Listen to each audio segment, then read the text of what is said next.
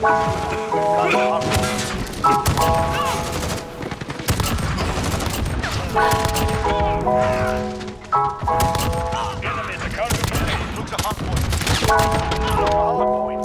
at the target.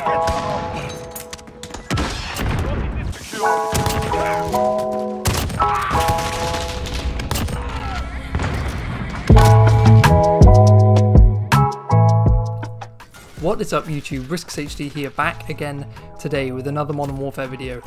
Today I'll be showing you guys this class setup that I've been running with the Dragon's Breath attachment on the Model 680, and it is just a total blast to use. It gives me throwbacks to the MOG 12 from last year, which is a gun that I used quite a lot, and it was just, I love that thing. And this thing kind of gives me the same vibes as I said.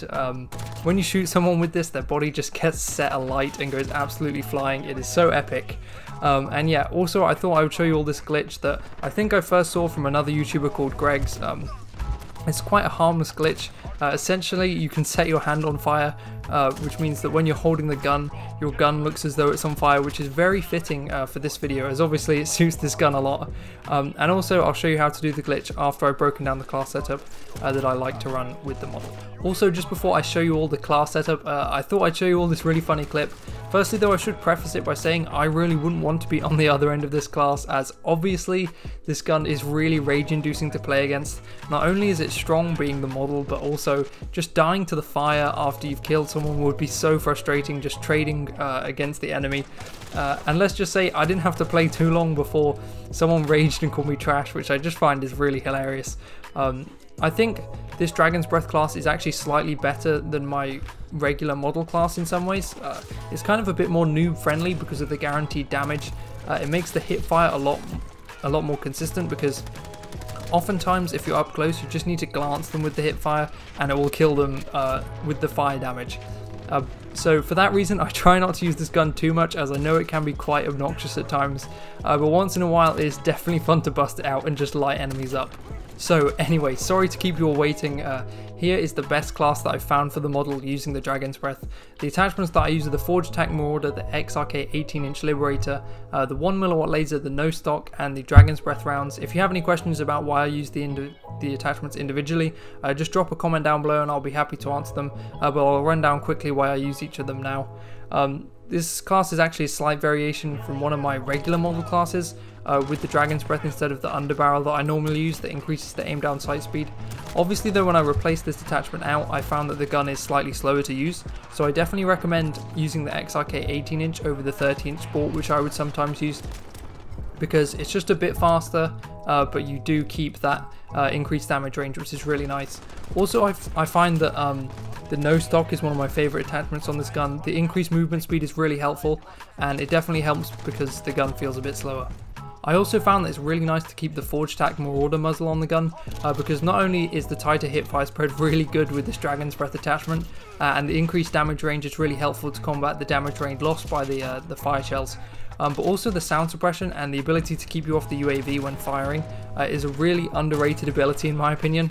You'll see that also in this video I'm using the 1mm laser here, but that's not totally the full story. Because the gun handles slower than my normal Model 680 class would, I totally understand why you might want to swap out for a 5mm laser here.